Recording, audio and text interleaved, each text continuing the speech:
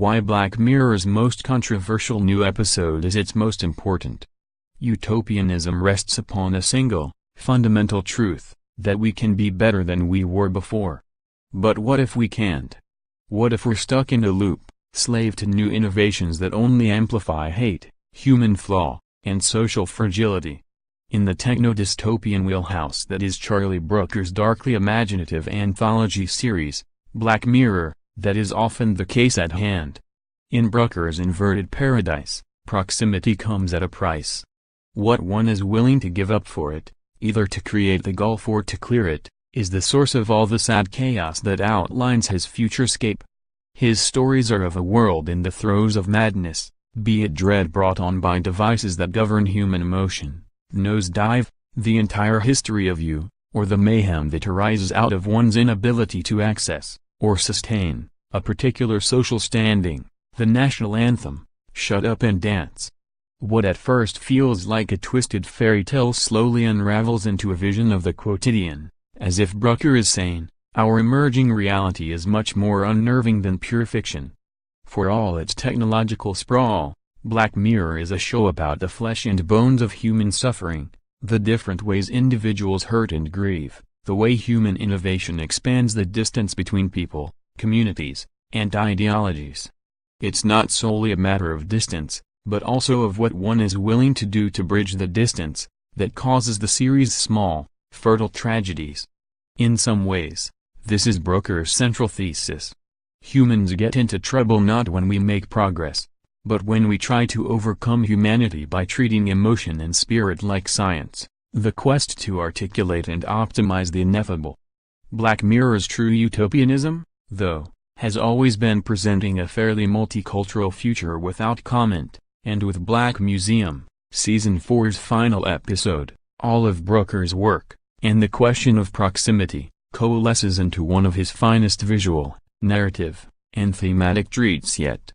With even more daring, its ending invites a reading that's not so obvious to everyone.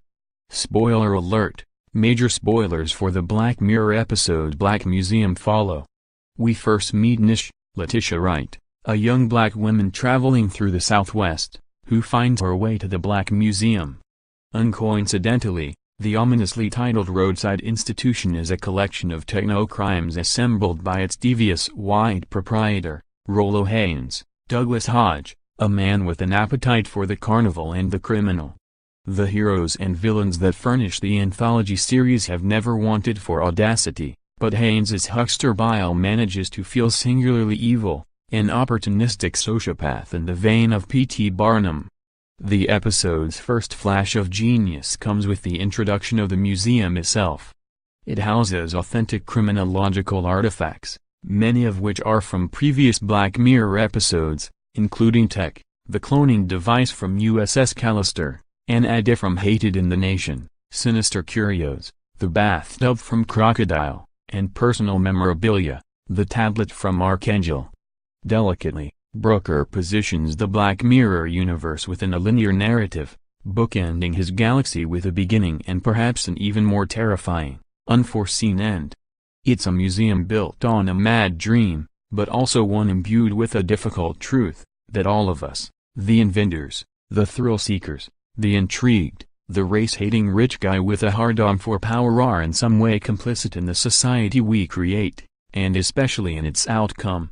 Akin to the show's haunting holiday special, White Christmas, Black Museum plays out in a nightmarish triptych, massaging three seemingly disparate stories into a single narrative.